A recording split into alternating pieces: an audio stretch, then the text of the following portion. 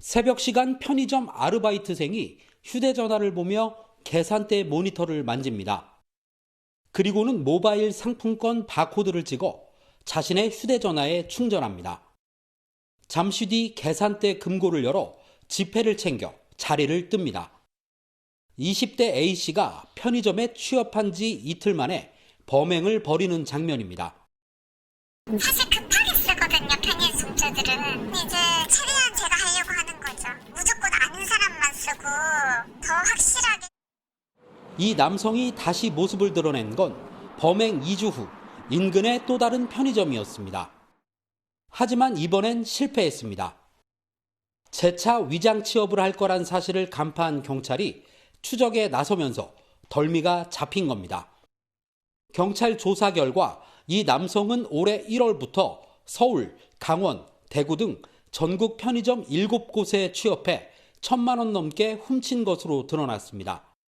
이미 절도 등으로 14건의 지명수배가 내려진 상태였습니다. 경찰은 22살 A씨를 상습 절도 등의 혐의로 구속하고 검찰에 넘겼습니다. 새벽 시간 편의점에 홀로 있는 한 남성입니다. 한 손에는 휴대전화를 보면서 다른 한 손으로 계산대 모니터를 만집니다. 이번에는 모바일 상품권 바코드를 찍으면서 본인 휴대전화에 충전하는 모습도 확인할 수 있는데, 그리고는 충격적이게도 계산대 금고 속의 지폐들도 어머나. 모조리 챙겨서 빠르게 편의점을 나갑니다.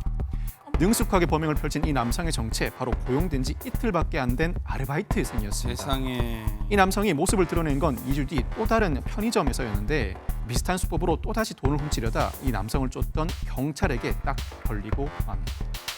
아니 일 열심히 하라고 요즘 하도 뭐 취업난이다 그러니까 열심히 하라고 이 뽑아놨더니 저런 경악스러운 짓을 저질러요. 피해 점주분 얘기 좀 들어보시고 이어가 보도록 하겠습니다. 이제 최대한 제가 하려고 하는 거죠. 무조건 아는 사람만 쓰고 더 확실하게. 사실 급하게 쓰거든요, 편의 송자들은.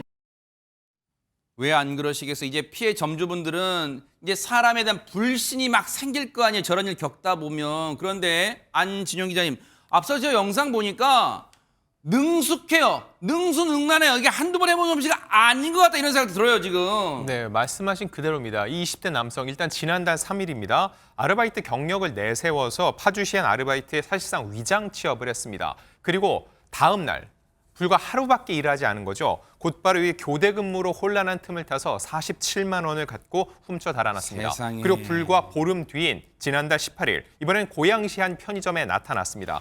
여기에서 근데 또 아르바이트를 하다가 결국 경찰에 검거됐는데, 사람이에요, 진짜. 네. 재차 위장 취업 효과로 경찰이 어느 정도 여기 예상을 하고 검거되네, 있었던 지금 거죠. 검거되고 그렇습니다. 있었네. 지금 검거되는 장면을 보이고 계신 건데, 이런 사실을 미리 간파한 경찰이 추적에 나서면서 덜미가 잡힌 겁니다. 근데 네. 확인해 보니까 그 범죄 경력도 어마어마했습니다. 왜요? 20대 남성인데 지난 1월에서 2월 사이 서울, 강원, 경기, 대구, 경남 등에서 같은 수법으로 금품을 훔쳤는데 7차례에 걸쳐서 무려 1천여만 원 상당의 상품을, 그리고 이 여러 가지 상품들을 훔친 것으로 드러났습니다. 세상에 정말로 천인공노할, 아니 은혜를 원수로 갚아도 유분수죠. 그런데 허준 변호사님, 사실 지금 전국에서 잡히지만 않았을 뿐이 이런 비슷한 수법으로 남의 등쳐먹는 인간들 많을 거란 말이에요. 혹시 주의할 점은 없어요?